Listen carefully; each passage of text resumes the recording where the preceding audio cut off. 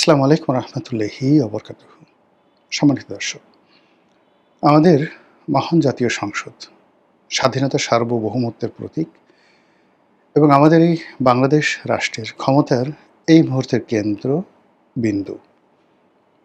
যেহেতু parliamentary form of government আমাদের দেশে প্রচলিত, সেই কারণে এখন এই মেম্বার অফ পার্লামেন্ট বা এই পার্লামেন্টের যে হাউস,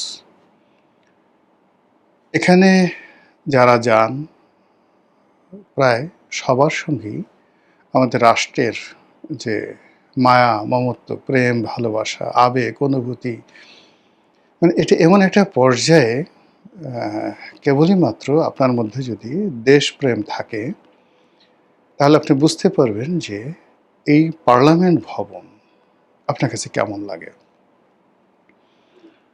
আমাদের এই পার্লামেন্ট ভবনের সামনে যখন আমাদের জাতীয় পতাকা পথ পথ করে উড়তে থাকে,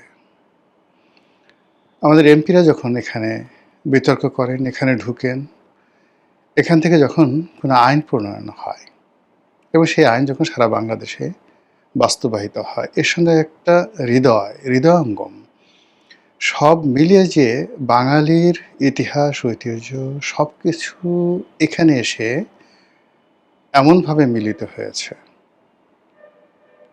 যার সঙ্গে আপনি যদি একটা মানুষের যে মাতৃগর্ভ, মানুষ জন্মগ্রহণ করে, তো মাতৃগর্ভ যেভাবে তার কাছে পবিত্র, তেমনি বাঙালির ইতিহাস, ঐতিহ্য, গণতন্ত্র, স্বাধীনতা, মুক্তিযুদ্ধ সব কিছু এসে এই ভবনটিতে একীভূত হয়েছে।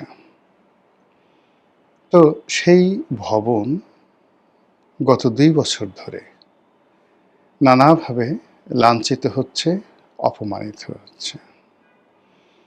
জুলাই আগস্ট বিপ্লবের পর বিপ্লবীরা এই ভবনে ঢুকে পড়লেন।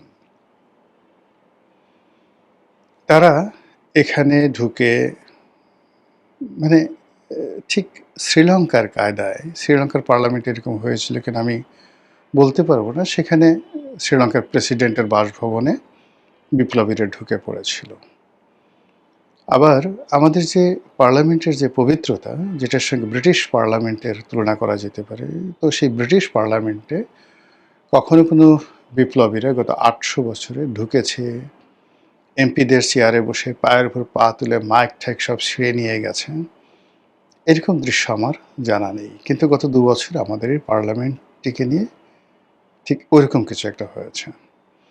তো আমাদের পার্লামেন্ট হাউস, সেখানে আশেপাশের যে স্থাপনা, তারপরে পার্লামেন্ট হাউসের মধ্যে স্পিকারের বাসভবন এবং প্রধানমন্ত্রীর বাসভবন কাছাকাছি, ওখানে শেরেবাংলা নগরের অন্যান্য যে সকল স্থাপনা, চন্দ্রিমা উদ্যান, এই পুরো যে স্ট্রাকচারটি পাকিস্তান জমানাতে যে তৈরি করা হয়েছিল, মূলত একটা ভাব এবং গাম্ভীর্যকে ফুটিয়ে তোলার জন্য।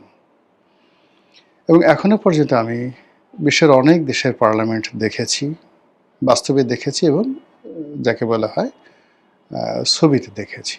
বিশ্বাস করেন, এক অনন্য স্থাপনায়, তারপরে মাধুর্যে, সৌন্দর্যে আমাদের এই পার্লামেন্টের সমকক্ষ আমি কোথাও দেখিনি, কোথাও দেখিনি। তো সেই পার্লামেন্টে এইবার একটা অদ্ভুত ঘটনা ঘটল। আমাদের পার্লামেন্টের যে দক্ষিণ প্লাজা, যেই দক্ষিণ প্লাজাকে আমরা মনে করি আমাদের সব কিছুর একটা এক্সট্রিম। যদি দক্ষিণ প্লাজায় কারো জানাজা হয়, এমপির জানাজা হয় বা অন্য কারো জানাজাতে আমরা জানাজায় যদি এখানে দেই, তাহলে ধরে নেওয়া হয় যে এটি আমাদের জাতির পক্ষ থেকে সর্বোচ্চ নিবেদন। এই দক্ষিণ প্লাজায় যখন কোনো অনুষ্ঠান হয়, সেটি জাতীয় অনুষ্ঠান, আমরা ধরে নিই এটির মান, মর্যাদা, সম্মান আমাদের সর্বোচ্চ। আমরা যাই হই না কেন সেটা সর্বোচ্চ। তো সেই জায়গাতে কখনো কোনো বিদেশি রাষ্ট্র, কোনো রাষ্ট্রদূত, কোনো রাষ্ট্রীয় অনুষ্ঠান আমি অন্তত পক্ষে দেখিনি। আবার এই ধরনের পার্লামেন্টের চত্বরে সেটা ভারতের পার্লামেন্ট হোক কিংবা ইংল্যান্ডের পার্লামেন্ট হোক, আর অথবা ক্যাপিটাল হিল, ধরুন ইংল্যান্ড মানে আমেরিকার, তো যেখানে সিনেট রয়েছে, কংগ্রেস রয়েছে, যদিও তাদের সিনেট এবং কংগ্রেস ব্রিটিশদের মতো নয় বা আমাদের মতো নয়, ওখানে প্রেসিডেন্সিয়াল ফর্ম অফ গভর্নমেন্ট, সেখানে রাষ্ট্রের প্রায় সমস্ত ক্ষমতা কেন্দ্রীভূত থাকে প্রেসিডেন্টের হাতে। আবার কত যে শহরগুলোতে পৌরসভা রয়েছে, সিটি কর্পোরেশন রয়েছে, তো সেই শহরের মেয়রদের হাতে সকল ক্ষমতা কেন্দ্রীভূত থাকে। তো সেখানে সিনেট যারা আছেন, সিনেটের যারা সদস্য সিনেটের, তাদের কিছু ক্ষমতা থাকে, কংগ্রেসম্যানদের কিছু ক্ষমতা থাকে, আবার প্রতিটা রাজ্যে যে গভর্নর থাকে সেই গভর্নরের কিছু ক্ষমতা থাকে। ফলে আমাদের পার্লামেন্টের ক্ষমতা যদি ধরেন 100-তে 100, সেখানে মার্কিন কংগ্রেস তাদের ক্ষমতা আছে অনলি 20, এই কারণে তাদের ক্ষমতাটা প্রেসিডেন্ট, তারপরে তাদের জুডিশিয়ারি, তাদের গভর্নর, তাদের স্থানীয় সরকার মানে মেয়র, তারপরে সিনেট, এই 5টি জায়গাতে সমান ভাগে ভাগ হয়ে আমাদের এমপিরা, আমাদের স্পিকার, আমাদের প্রধানমন্ত্রী, আমাদের এই টোটালটা অনেকটা ব্রিটিশ ধাঁচের মতো। এখানকার পার্লামেন্ট একটা নারীকে পুরুষ বানানো, পুরুষকে নারী বানানো ছাড়া সব ক্ষমতা তারা প্রয়োগ করতে পারে। এবং এখন তার ইচ্ছে করলে জুডিশিয়ারিকে চ্যালেঞ্জ করতে পারে, আরও অনেক কিছু এই পার্লামেন্টে রয়েছে, অন্তর্নিহিত ক্ষমতা, দে ক্যান ডু এভরিথিং। সেই পার্লামেন্টে এইবার দেখলাম মার্কিন যুক্তরাষ্ট্রের যে স্বাধীনতা দিবস, সেই স্বাধীনতা দিবস উপলক্ষে তাদের অনুষ্ঠান এই পার্লামেন্টের দক্ষিণ প্লাজাতে হলো। এখানে লাল কার্পেট বেছানো হলো, এখানে মার্কিন জাতীয় সঙ্গীত পরিবেশিত হলো,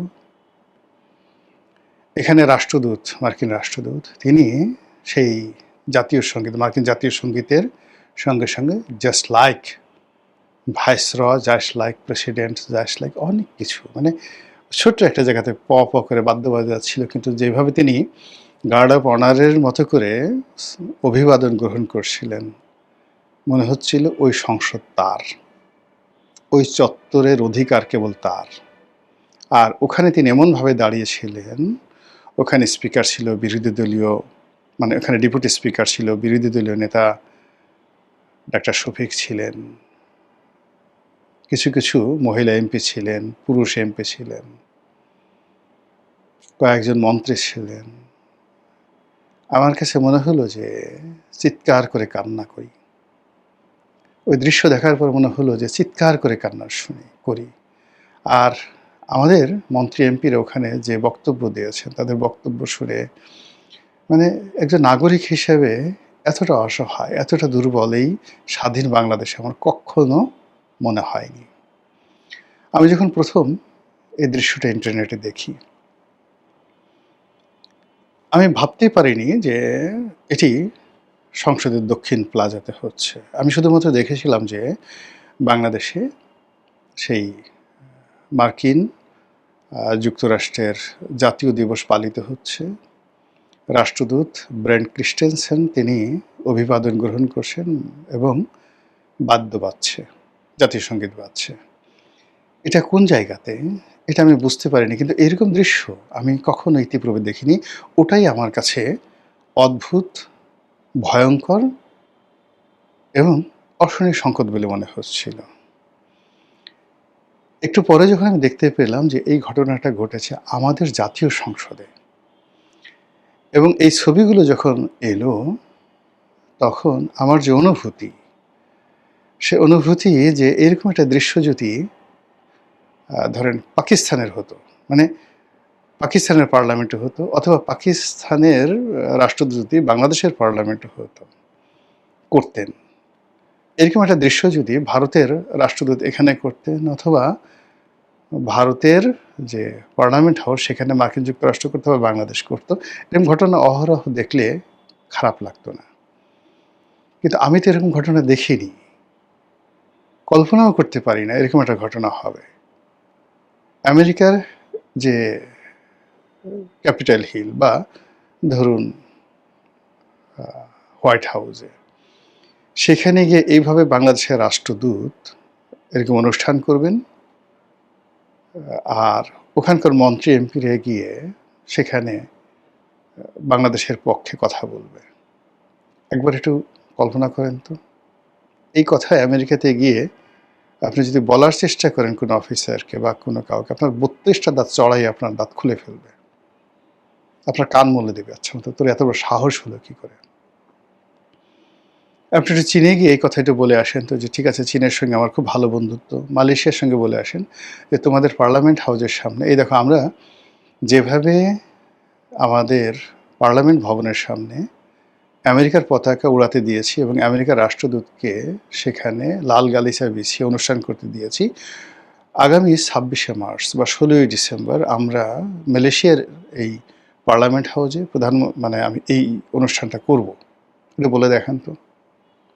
কিংবা একটু চীনে এত খাতির করে আসলে চীনে একটু বলে দেখেন তো, এই যে যারা এই অনুষ্ঠানটার অনুমতি দিয়েছেন বা যা অনুষ্ঠানে অংশগ্রহণ করেছেন তাদেরকে অনুরোধ করবো একটু বলে দেখেন শুধু কথাটা, তারপর একটা সংবাদ সম্মেলন করেন, কান ধরে উঠা বসা করবো সবার সামনে। এই যে বাংলাদেশে যে অনেকগুলো ঘটনা ঘটছে, মানে আগে তো কথা হতো সেন্ট মার্টিন নিয়ে, যে সেন্ট মার্টিন নিয়ে যাবে, নিয়ে গেছে, চাচ্ছে।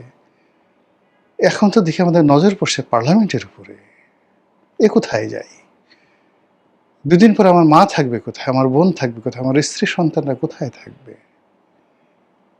আমার ব্যাংক বিমা কোথায় থাকবে, আমার বাংলাদেশ ব্যাংকের রিজার্ভ কোথায় থাকবে, আমার বিচারালয় সুপ্রিম কোর্ট কোথায় থাকবে, আমার প্রধান বিচারপতি তার এজলাসে কি ঠিকমতো বসতে পারবেন?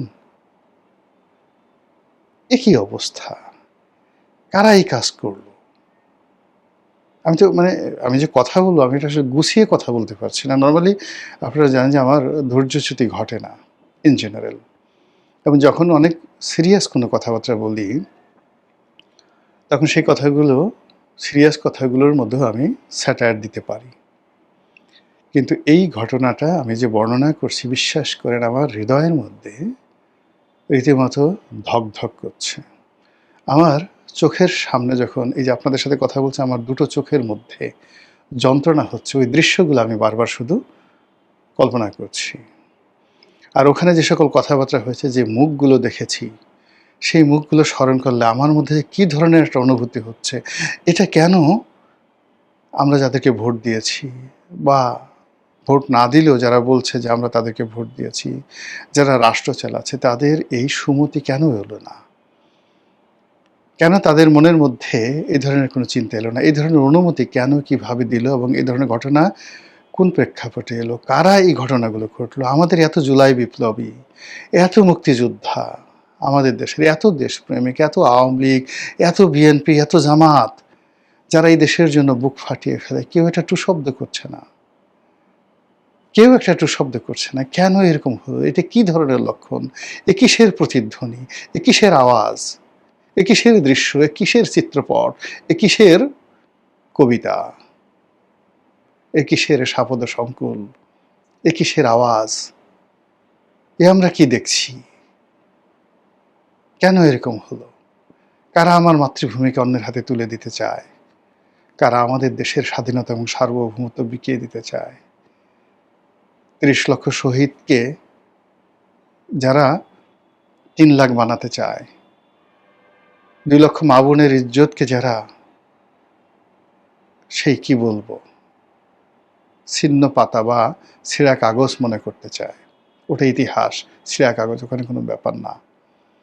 যারা বাংলাদেশে অর্জিত স্বাধীনতাকে ভারতের দয়া করুণা বা চক্রান্ত কনস্পিরেসি মনে করতে চায়, যারা মহান মুক্তিযুদ্ধের যে বীরত্ব, সেই বীরত্ব গাথাকে বলতে চায় কতগুলো কাপুরুষের উল্লম্ফন, আমি তাদের সবার উদ্দেশ্যে আমার মুখের যে থুথু, এটা নিক্ষেপ করতে আমার লজ্জা হয়।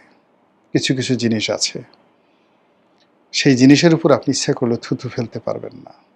যদি বলা হয় এটার উপর থুথু ফেলো, একটু কল্পনা করেন, সামান্য রুচি থাকলেও আপনি এমন কিছু জিনিস আছে, বস্তু আছে, যে বস্তুর উপর আপনি থুতু ফেলতে রাজি নন।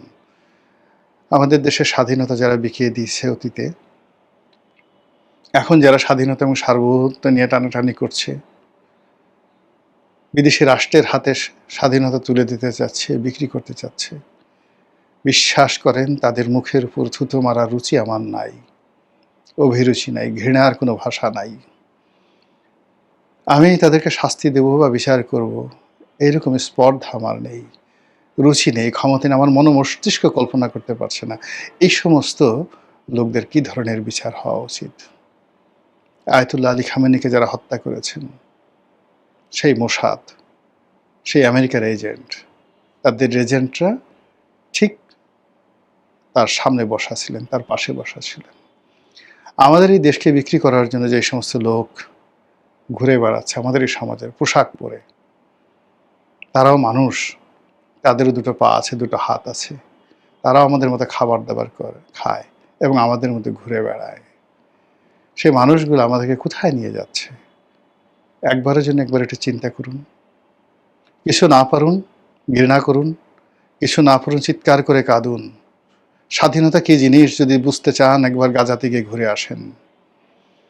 স্বাধীনতা কী জিনিস একবার যদি বুঝতে চান লিবিয়াতে ঘুরে আসেন, ইরানে ঘুরে আসেন, ইরাকে ঘুরে আসেন। স্বাধীনতার মূল্য কতটা নির্মম এবং নিষ্ঠুর যদি বুঝতে চান একবার একটু ভিয়েতনামে ঘুরে আসেন, এমনকি আফগানিস্তানে ঘুরে আসেন। যে স্বাধীনতা পেয়েছি, যে স্বাধীনতা মহান আল্লাহ রাব্বুল আলামিন আমাদেরকে দিয়েছে, সেই স্বাধীনতার শ্রেষ্ঠ পাদভূমি, সেই স্বাধীনতার যে সিম্বল, সেই স্বাধীনতার যে পুণ্যভূমি, সে স্বাধীনতার কেন্দ্র, সে স্বাধীনতার পাওয়ার হাউস আমাদের সেই জাতীয় সংসদ, মহান জাতীয় সংসদ। সেই সংসদের চত্বর কি দেখলাম, কি ঘটল, কি হবে আমি জানি না। মহান আল্লাহ আমাদের সবাইকে হিদায়াত দান করুন এবং হেফাজত করুন। আসসালামু আলাইকুম ওয়া রাহমাতুল্লাহি ওয়া বারাকাতুহু।